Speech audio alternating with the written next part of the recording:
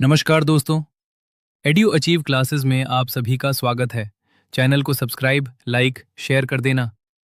आज अपन भारत की पंचवर्षीय योजना पढ़ेंगे और स्मार्ट ट्रिक से याद करेंगे। जब 1947 में अंग्रेज भारत छोड़कर गए ना, तो देश की साक्षरता दर बमुश्किल 12% थी। बाप रे, 12% मतलब लगभग न के बराबर। बिल्कुल।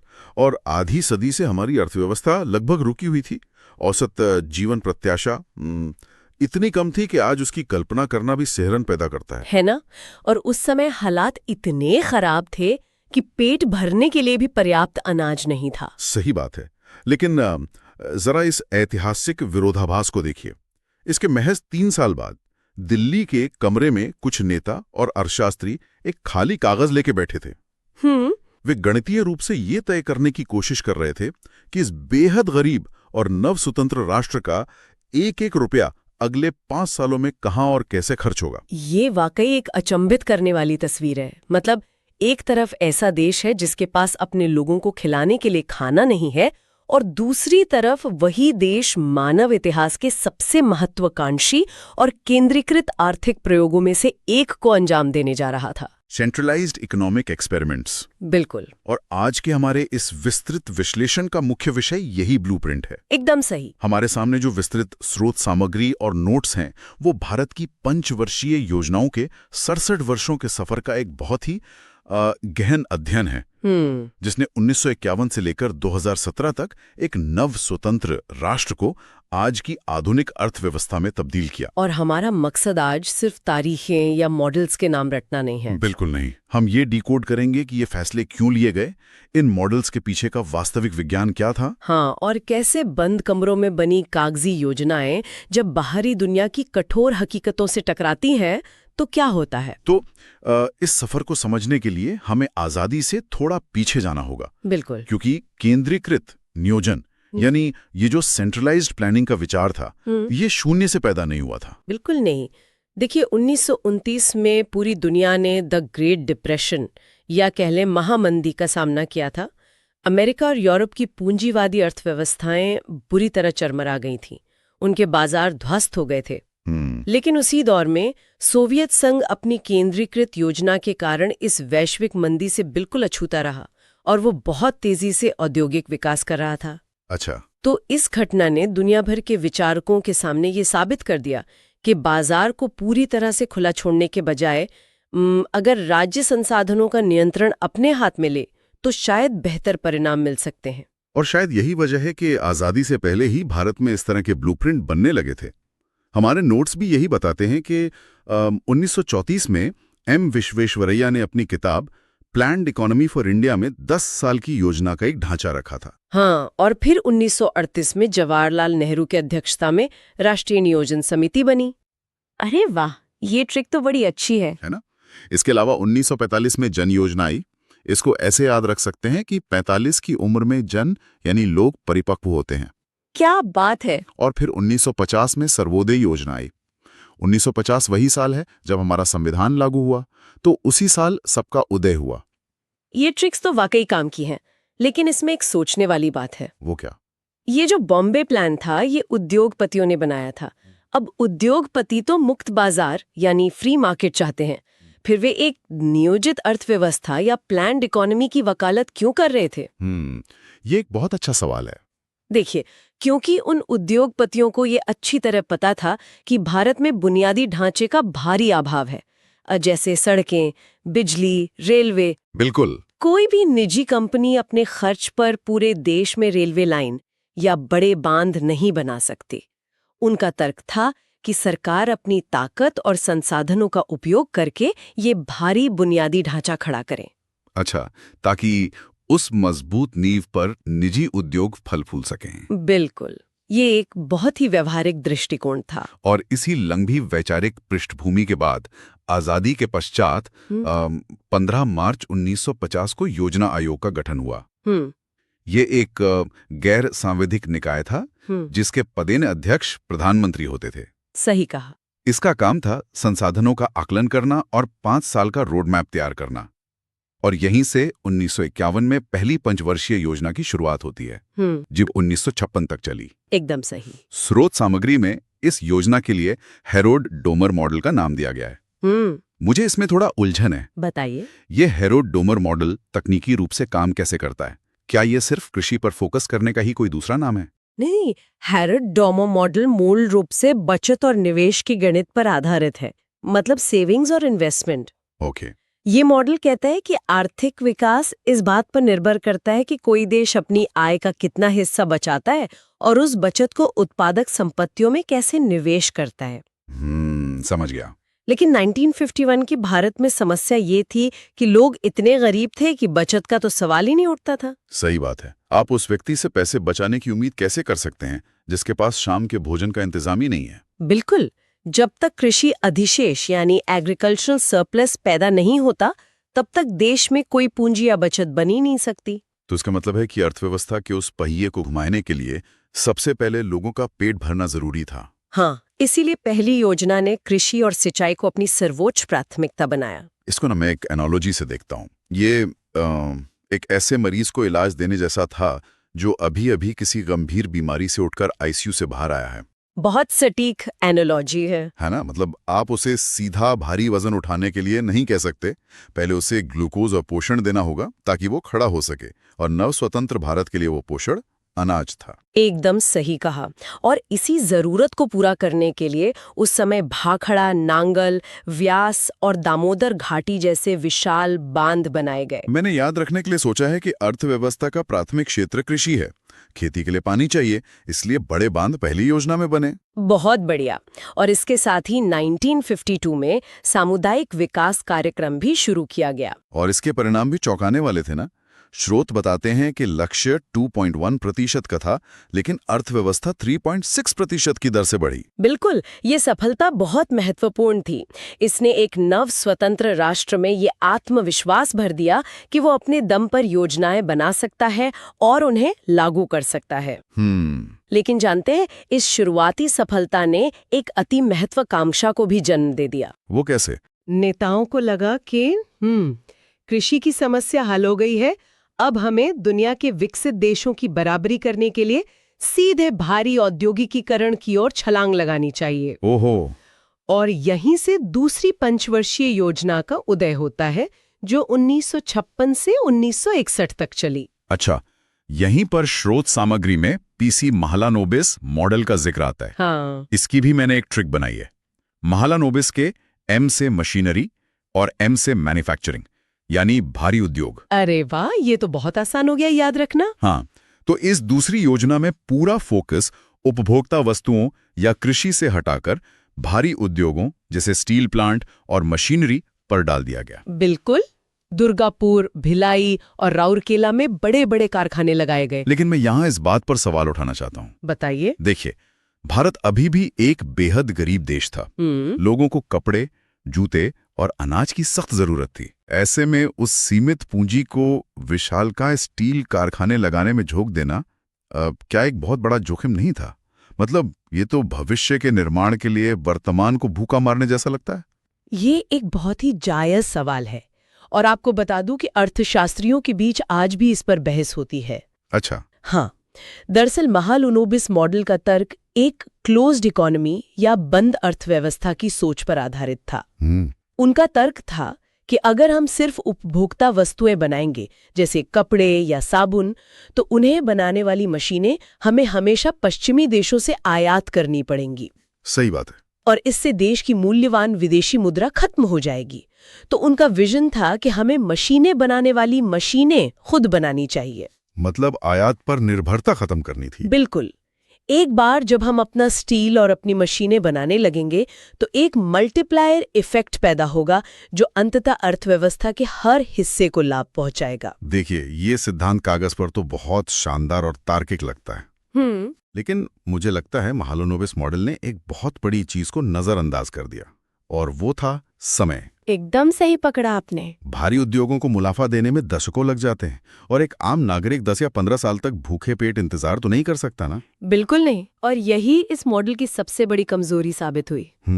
भारी उद्योगों ने पूंजी तो बहुत सोख ली, लेकिन रोजगार उस अनुपात में पैदा नहीं हुए। और कृषि का क्या हुआ? वही तो सबसे बड़ी दिक्कत हुई।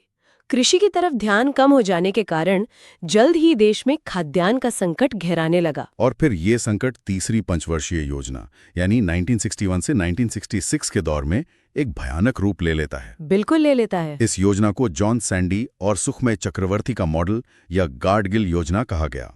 इसका लक्ष्य था कि अर्थव्यवस्था स्वतः स्फूर्त अवस्था में आ जाए, यानी सेल्फ जेनरेटिंग इकोनॉमी, जहां वो खुद अपने पैरों पर दौड़े। हाँ, लेकिन स्रोत बताते हैं कि ये योजना इतिहास की सबसे बड़ी क्रैश बॉक्स साबित हुई। मतलब लक्ष्य 5.6% का था और हासिल हुआ केवल 2.8%, सीधे आधा। ऐसा क्यों हुआ? क्योंकि यहाँ आकर बंद कमरों में बने वो आर्थिक मॉडल बाहरी दुनिया की क्रूर वास्तविकताओं से टकरा गए। देखिए, कोई भी अर्थशास्त्री अपनी स्प्रेडशीट में ये फीड नहीं कर सकता कि अगले 5 सालों में देश पर 3 विनाशकारी संकट एक साथ टूट पड़ेंगे। आप 1962 के भारत चीन युद्ध, 1965 के भारत पाकिस्तान युद्ध और उसी दौरान पड़े अभूतपूर्व सूखे की बात कर रहे हैं ना? बिल्कुल। अब आप सोचिए, जब युद्ध होता है तो देश का सारा पैसा जो विकास के लिए रखा गया था वो रातों रात सेना और रक्षा की तरफ मोड़ना पड़ता है। सही बात है।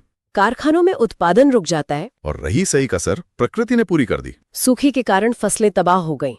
हम उस दौर में पहुंच गए जहां भारत को अनाज के लिए अमेरिका पर निर्भर होना पड़ा। ये तो बहुत बड़ा झटका था। बहुत बड़ा। अमेरिका के PL 480 प्रोग्राम के तहत आने वाला गेहूं भारत की जीवन रेखा बन गया था। ये योजना इस बात का सबसे बड़ा प्रमाण है कि आपकी आर्थिक नीतियां चाहे कितनी भी अच्छी क्यों न हो, भू राजनीति और मौसम उसे कभी भी ध्वस्त कर सकते हैं। और इसके बाद मुझे लगता है भारत की योजनाकारों को एक बहुत ही कड़वा घूंट पीने पड़ा होगा। बिल्कुल। मतलब जब आपके देश के पास आयात करने के लिए विदेशी मुद्रा न हो, युद्ध के कारण रुपया कमजोर हो गया हो और अकाल पड़ा हो, तो आप 5 साल के लंबे सपने नहीं देख सकते। एकदम सही। तब आपको सिर्फ कल सुबह तक जिंदा रहने की रणनीति बनानी होती है। और 1966 से 1969 के बीच यही हुआ। पंचवर्षीय योजनाओं को रोक दिया गया और इसे योजना अवकाश या प्लान हॉलिडे कहा गया। इन 3 सालों में एक साल की 3 वार्षिक योजनाएं बनी। मैंने इसको याद रखने के लिए एक ट्रिक सोची है। क्या ट्रिक है? जैसे रेस में दौड़ते हुए अगर कार का टायर पंक्चर हो जाए तो आपको रुककर, मतलब अवकाश लेकर, टायर बदलना पड़ता है। आप उसी टायर के साथ रेस पूरी नहीं कर सकते। क्या बात है, बहुत ही सटीक एनालॉजी है। और योजना अवकाश शब्द सुनने में ऐसा लगता है जैसे कोई ब्रेक लिया गया हो। हाँ, लेकिन असल में ये एक रणनीतिक ठहराव था। देश को ये कठोर सच्चाई समझ आ गई थी कि सिर्फ लोहे और स्टील से राष्ट्र नहीं बनता। जब तक खाद्य सुरक्षा नहीं होगी, कोई भी संप्रभुत्व सुरक्षित नहीं है। और कहते हैं ना कि जब इंसान दीवार से सड़ जाता है तभी वो सबसे बड़ी छलांग लगाता है। बिल्कुल। इसी संकट और विदेशी अनाज पर निर्भरता की शर्मिंदगी से बाहर निकलने के लिए भारत ने MS स्वामीनाथन और नॉर्मन E बोरलॉग के वैज्ञानिक नेतृत्व में हरित क्रांति की ओर कदम बढ़ाया। हाँ, हाई यील्डिंग बीजों, उर्वरकों और सिंचाई पर भारी जोर दिया गया। तो ये सिर्फ एक कृषि नीति नहीं थी ना? नहीं, ये राष्ट्र के अस्तित्व को बचाने की लड़ाई थी। और इस बदलाव ने भारत को अनाज आयात करने वाले देश से अनाज निर्यात करने वाले देश में बदल दिया। अरे वाह! इसके बाद जब अर्थव्यवस्था में थोड़ा स्थायित्व आया, तब 1969 में चौथी पंचवर्षीय योजना शुरू हुई, जो DR गार्डगिल मॉडल पर आधारित थी। बिल्कुल। ये चौथी योजना का समय 1969 से 1974 तक था और ये दौर भारतीय राजनीति और अर्थव्यवस्था में एक भारी उथल-पुथल का दौर था। बहुत उथल-पुथल थी। 1969 में 14 प्रमुख बैंकों का राष्ट्रीयकरण कर दिया गया। बाजार पर एकाधिकार रोकने के लिए MRTP एक्ट लागू किया गया, monopolies and restrictive trade practices act. हाँ, और 1971 में गरीबी हटाओ का नारा दिया गया, जो एक बहुत बड़ा राजनीतिक हथियार बना। इसी दौरान श्वेत क्रांति या ऑपरेशन फ्लड की शुरुआत हुई, जिसने डेयरी उद्योग की तस्वीर बदल दी। बिल्कुल। लेकिन इतने बड़े फैसलों और राजनीतिक नारों के बावजूद ये योजना फिर से विफल हो गई। तो मेरा सवाल ये है कि क्या चौथी योजना की ये विफलता ये साबित नहीं करती कि लोक लुभावन राजनीतिक फैसले अक्सर आर्थिक हकीकत के सामने टिक नहीं पाते? देखिए, ये विश्लेषण का एक महत्वपूर्ण पहलू तो है, लेकिन चौथी योजना की विफलता में एक बार फिर बाहरी झटकों की बहुत बड़ी भूमिका थी। फिर से भारी झटके? हाँ, 1971 में पूर्वी पाकिस्तान, जो बांग्लादेश है, वहां मुक्ति संग्राम छिड़ गया। इसके कारण लाखों की संख्या में शरणार्थी भारत की सीमा में आ गए। और एक विकासशील देश के लिए अचानक लाखों शरणार्थियों के रहने और खाने का प्रबंध करना तो किसी भी आर्थिक बजट को तहस-नहस कर सकता है। बिल्कुल कर सकता है। और उसके तुरंत बाद हमें 1971 का युद्ध लड़ना पड़ा। सही बात है। फिर 1973 में वैश्विक तेल संकट आ गया। Oil shock. हाँ, जिसने दुनिया भर में महंगाई बढ़ा दी। इसलिए भले ही सरकार ने बैंकों का राष्ट्रीयकरण किया हो या कड़े कानून बनाए हो, जब वैश्विक तेल की कीमतें आसमान छूने लगें और देश पर युद्ध थोप दिया जाए तो योजनाएं विफल होना लगभग तय हो जाता है। इसके बाद के दौर को अगर देखें तो ये स्पष्ट होता है कि देश की राजनीति किस तरह अर्थव्यवस्था को एक फुटबॉल की तरह इस्तेमाल कर रही थी। वो कैसे? देखिए, 1974 में 5वीं पंचवर्षीय योजना आई, जिसका मुख्य उद्देश्य गरीबी उन्मूलन और आत्मनिर्भरता था। हाँ, लेकिन ये योजना अपना 5 साल का कार्यकाल पूरा ही नहीं कर पाई। हाँ, 1977 में देश में सत्ता परिवर्तन हुआ और नई सरकार ने 1978 में इस योजना को 1 साल पहले ही खत्म कर दिया। हाँ, और उन्होंने 5 साल के कठोर ढांचे की जगह एक नई वैचारिक अवधारणा पेश की। अच्छा। जिसे रोलिंग प्लान या अनवरत योजना कहा गया। ये 1978 से 1980 तक चली। ओके। ये अर्थशास्त्री गुनार मिर्डल के सिद्धांत पर आधारित था, जिसे भारत में डीटी लकड़ावाला ने लागू किया। तो ये रोलिंग प्लान तकनीकी रूप से 5 वर्षीय योजना से अलग कैसे था? रोलिंग प्लान का मुख्य विचार था लचीलापन, मतलब फ्लेक्सिबिलिटी। हाँ। 5 वर्षीय योजनाएं बहुत कठोर होती थीं। अगर बीच में कोई संकट आ जाए तो पूरे 5 साल का लक्ष्य गड़बड़ा जाता था। सही है। रोलिंग प्लान में 3 स्तर की योजनाएं एक साथ चलती थीं। एक वर्तमान वर्ष के लिए, एक 3 या 5 साल के लिए और एक 10 या 15 साल के लंबे विजन के लिए। ओह, दिलचस्प है। हर साल के अंत में प्रदर्शन का मूल्यांकन किया जाता था और अगले साल के लिए योजना को रोल ओवर यानी अपडेट कर दिया जाता था। ये एक बहुत ही आधुनिक और व्यवहारिक सोच थी। और स्रोत सामग्री में ये भी जोड़ा गया है कि इसी रोलिंग प्लान के छोटे से दौर में भारत ने पहली बार नोटबंदी यानी उच्च मूल्य की मुद्राओं की वैधता समाप्ति का अनुभव किया था। बिल्कुल। सार्वजनिक बीमा और शराबबंदी जैसी नीतियां भी आईं, लेकिन इस लचीलेपन का जीवन भी बहुत छोटा था। 1980 में सरकार फिर बदली और नई सरकार ने आते ही रोलिंग प्लान को डस्टबिन में डाल दिया। हाँ। और छठी पंचवर्षीय योजना शुरू कर दी, जिसका फोकस फिर से सीधा गरीबी उन्मूलन और रोजगार सृजन पर आ गया। मैंने छठी योजना के लिए ट्रिक बनाई है कि छठी योजना ने गरीबी पर सीधा छक्का मारा। ये ट्रिक भी बहुत बढ़िया है और ये दौर दिखाता है कि जब राजनीतिक अस्थिरता होती है तो नीतियां पेंडुलम की तरह झूलती हैं। बिल्कुल। दीर्घकालिक आर्थिक विकास के लिए जिस निरंतरता और विश्वास की जरूरत होती है, वो इस राजनीतिक खींचतान में कहीं खो गया था। लेकिन इसके बाद जब 7वीं पंचवर्षीय योजना आई, जो 1985 से 1990 तक थी, तो नोट्स में मुझे बहुत ही बड़ा पैराडाइम शिफ्ट दिखाई देता है। इसकी ट्रिक है कि 7 दिन क्या चाहिए? भोजन, काम और उत्पादकता।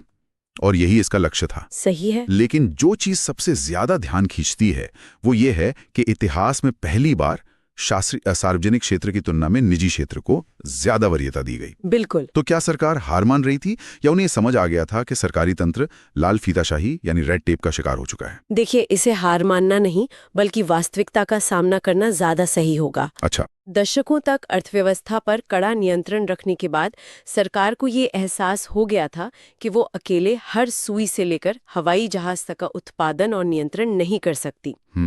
एक बंद अर्थव्यवस्था में भ्रष्टाचार और अक्षमता बहुत घर कर चुकी थी। 7वीं योजना वो टर्निंग पॉइंट था जहां पहली बार उदारीकरण की एक बहुत ही धीमी शुरुआत हुई। ओके। और इसी दौर में 1988 में सेबी की स्थापना हुई ताकि पूंजी बाजार को नियंत्रित किया जा सके। हम सोचिए, आज के दौर में हम जो एक क्लिक पर ऑनलाइन शॉपिंग करते हैं या 10 तरह की गाड़ियों में से अपनी पसंद की गाड़ी चुनते हैं, अगर उस परिप्रेक्ष्य में सोचें तो ये कल्पना करना भी मुश्किल है कि एक समय ऐसा था जब सरकार बैठकर ये तय करती थी कि देश में कोई प्राइवेट कंपनी 1 साल में कितने स्कूटर बना सकती है। बिल्कुल। और अगर वो कंपनियों से एक भी ज्यादा स्कूटर बनाती थी तो उसे कानून का उल्लंघन माना जाता था। इसे ही तो लाइसेंस परमिट राज कहा जाता था। और इसी अति नियंत्रण का नतीजा था कि 1990 तक आते आते भारत एक बार फिर एक भयंकर आर्थिक खाई के मुहाने पर खड़ा हो गया। और यही हमें 1990 से 1992 के दूसरे योजना अवकाश की तरफ ले जाता है। सही कहा। लेकिन 1960 के दशक के अवकाश और इस अवकाश में एक बड़ा फर्क था। इस बार संकट अनाज का नहीं था, बल्कि देश के दिवालिया होने का था। बहुत गंभीर संकट था वो। हमारे पास आयात करने के लिए विदेशी मुद्रा भंडार केवल कुछ हफ्तों का बचा था, सोना गिरवी रखना पड़ा। और इसी गहरे संकट से 1991 के ऐतिहासिक आर्थिक सुधारों का जन्म हुआ। बिल्कुल, 1991 का ये बदलाव भारतीय अर्थव्यवस्था के इतिहास का सबसे महत्वपूर्ण मोड़ है। इसे समझने के लिए हमें दो तकनीकी शब्दों के अंतर को समझना होगा। आदेशात्मक योजना यानी इम्पेरेटिव प्लानिंग और निर्देशात्मक योजना यानी इंडिकेटिव प्लानिंग। चलिए इसे नए एनालॉजी से समझते हैं। हाँ, बताइए। 1991 से पहले जो आदेशात्मक योजना थी वो एक ट्रेन चलाने जैसी थी। ओके। और कितना सामान जाएगा, सब कुछ ऊपर से आदेशित था। बिल्कुल सही। लेकिन 1991 के बाद हम निर्देशात्मक योजना की तरफ मुड़े। ये एक हाईवे बनाने जैसा है। क्या बात है। सरकार अब हाईवे बनाती है, स्पीड लिमिट तय करती है और नियम बनाती है, लेकिन उस हाईवे पर प्राइवेट व्यक्ति अपनी अपनी कारें अपनी मर्जी की दिशा में चला सकते हैं। सरकार अब कंट्रोलर नहीं बल्कि फैसिलिटेटर या गाइड बन गई थी। ये एनालॉजी इस वैचारिक क्रांति को पूरी तरह स्पष्ट कर देती है ना? हाँ। 1991 में बाजार के दरवाजे खोल दिए गए, विदेशी निवेश को अनुमति मिली, लाइसेंस राज खत्म किया गया। और क्योंकि अब भारतीय उद्योगों को दुनिया की बेहतरीन कंपनियों से मुकाबला करना था, इसलिए पुरानी और बीमार फैक्ट्रियों को बंद करने और मजदूरों को नई तकनीक सिखाने के लिए 1992 में राष्ट्रीय नवीनीकरण कोष की स्थापना की गई। National renewal fund. बिल्कुल। तो जब आप अपने देश को एक खुली वैश्विक प्रतियोगिता में उतारते हैं तो सबसे बड़ी चुनौती ये होती है कि क्या आपके लोग उस प्रतियोगिता के लिए तैयार हैं? एकदम सही सवाल है। और शायद यही कारण है कि इसके तुरंत बाद जो 8वीं पंचवर्षीय योजना आई, जो 1992 से 1997 तक चली, उसका सारा फोकस मानव संसाधन के विकास पर था, यानी ह्यूमन रिसोर्स डेवलपमेंट। हाँ। इसकी ट्रिक है कि अंक 8 दिखने में एक मानव शरीर या आवरग्लास जैसा दिखता है। अरे वाह। तो इस योजना की सर्वोच्च प्राथमिकता थी रोजगार, शिक्षा और जन स्वास्थ्य। इसी दौरान प्रधानमंत्री रोजगार योजना शुरू हुई और मैला ढोने की अमानवीय प्रथा को पूर्णतः समाप्त करने का संकल्प लिया गया। बिल्कुल। 8वें योजना के योजनाकारों ने ये भांप लिया था कि आने वाली 21वीं सदी कारखानों की सदी नहीं होगी, बल्कि वो ज्ञान और सेवा क्षेत्र की सदी होगी, नॉलेज एंड सर्विस सेक्टर। सही बात है। अगर भारत के लोग स्वस्थ और शिक्षित नहीं होंगे तो वे आईटी और सर्विस सेक्टर के ग्लोबल बूम का फायदा नहीं उठा पाएंगे। मानव संसाधन पर यह निवेश भारत के आईटी सुपर पावर बनने की दिशा में एक बहुत महत्वपूर्ण कदम था। और 8वीं योजना के बाद की योजनाएं इसी खुले बाजार के ढांचे में काम करती रहीं। हाँ। 9वीं योजना ने समानता के साथ विकास का लक्ष्य रखा, लेकिन 1997 के एशियाई वित्तीय संकट और अंतर्राष्ट्रीय मंदी के कारण यह अपने लक्ष्यों तक पूरी तरह नहीं पहुंच पाई। फिर 10वीं योजना आई 2002 में, जो बहुत ही सीधे और बड़े लक्ष्य के साथ आई कि अगले 10 सालों में प्रति व्यक्ति आय को दोगुना करना है। बिल्कुल। और इसके बाद हम प्रवेश करते हैं 11वीं पंचवर्षीय योजना में, जो 2007 से 2012 तक चली। हाँ। इसे भारतीय अर्थव्यवस्था का स्वर्ण काल कहा जा सकता है। इसका लक्ष्य था त्वरितम एवं समावेशी विकास, faster and more inclusive growth. इसकी ट्रिक है कि 1 और 1 मिलकर 11 होते हैं, तो एक साथ मिलकर सबसे तेज विकास। बहुत बढ़िया ट्रिक है। और दुनिया भर में मंदी के बावजूद इस दौरान भारत ने 8.3% की सर्वाधिक जीडीपी वृद्धि दर हासिल की। क्या बात है। ये 12वीं योजना 2012 से 2017। इसमें एक नया शब्द जुड़ा गया, धारणीय या सस्टेनेबल। अब केवल तेज विकास काफी नहीं था, ऐसा विकास चाहिए था जो पर्यावरण को नष्ट न करे और लंबे समय तक टिक सके। बिल्कुल। इसमें सामाजिक सेवाओं पर भारी निवेश किया गया। लेकिन जैसे जैसे ये योजना आगे बढ़ रही थी, एक वैचारिक सुगबुगाहट तेज हो रही थी। हाँ। अर्थव्यवस्था अब इतनी विशाल और जटिल हो चुकी थी कि 1950s का वो पुराना टॉप डाउन मॉडल अब दम घुटू लगने लगा था। बिल्कुल। देखिए, दिल्ली में एक मेज के चारों ओर बैठे कुछ लोग पूरे देश के लिए एक ही आकार की नीतियां नहीं बना सकते। सही बात है। भारत जैसे विशाल और विविध देश में केरला की जरूरतें गुजरात से अलग है और उत्तर पूर्व की चुनौतियां उत्तर प्रदेश से एकदम भिन्न। एक ही तरह का जूता सभी के पैरों में फिट नहीं हो सकता ना। बिल्कुल नहीं। इसके अलावा दुनिया बहुत तेजी से बदल रही थी। 5 साल की योजनाएं इतनी कठोर होती थीं कि रातों रात बदलती तकनीक और वैश्विक बाजार के साथ तालमेल नहीं बिठा पाती थी। और इसी एहसास ने एक नए युग को जन्म दिया। 15 अगस्त 2014 को ऐतिहासिक घोषणा हुई और 65 साल पुराने योजना आयोग को समाप्त कर दिया गया। इसकी जगह ली नीति आयोग ने। योजना आयोग जहां ऊपर से आदेश देता था, टॉप डाउन, वहीं NITI Aayog bottom up approach लेकर आया। बिल्कुल। हमारे स्रोतों में इसके लिए एक बहुत ही सटीक शब्द का इस्तेमाल हुआ है, सहकारी संघवाद, यानी कोऑपरेटिव फेडरलिज्म। सही है। इसका मतलब है कि राज्य अब केवल केंद्र के आदेशों का पालन करने वाले मातहत नहीं है, बल्कि वे नीतियां बनाने में बराबर के भागीदार हैं। नीति आयोग केवल एक थिंक टैंक है जो राज्यों को सलाह और संसाधन देता है, उन पर नीतियां थोपता नहीं है। और इस पूरे 67 वर्षों के सफर का निष्कर्ष यही है कि नीतियां कभी स्थिर नहीं रह सकती। योजना आयोग का अंत कोई विफलता नहीं थी, बल्कि यह भारत के इवोल्यूशन का एक स्वाभाविक चरण था।